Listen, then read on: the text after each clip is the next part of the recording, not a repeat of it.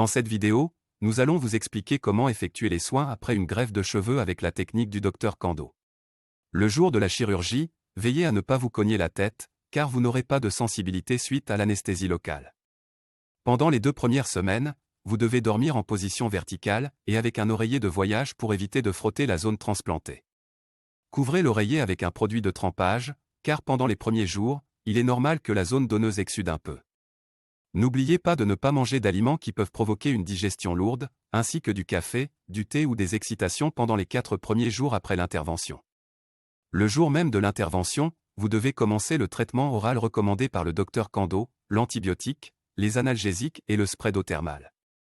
Rappelez-vous que les anti-inflammatoires de type ibuprofène ne sont pas recommandés car ils augmentent le risque de saignement en période post-opératoire. Dès les 48 premières heures après la chirurgie, vous pouvez effectuer le premier lavage de la tête. Utilisez de l'eau tiède sans aucun type de shampoing et évitez de l'introduire directement sur la zone implantée en plaçant votre main entre la douche et votre tête. Une douche quotidienne est recommandée, ainsi que l'utilisation d'un jet d'eau thermale ou d'une solution saline physiologique autant que possible pour garder la zone réceptrice hydratée pendant que vous avez des caillots sur la tête. Vous pouvez faire des exercices physiques doux tels que la marche tant que le soleil est hors de votre tête. À partir du 4e jour, vous pouvez utiliser un shampoing neutre ou un shampoing pour bébé en l'appliquant délicatement sur la tête. N'oubliez pas qu'une inflammation du front et des paupières est possible entre le 4e et le 6e jour, et vous ne devez pas vous en inquiéter. Appliquez du froid sur le front et maintenez une position verticale afin que l'édème se répartisse dans les vaisseaux lymphatiques.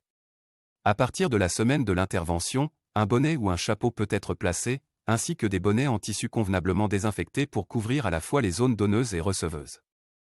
Vous devez vous rendre chez l'équipe du Dr Kando vers le 10e jour post-opératoire.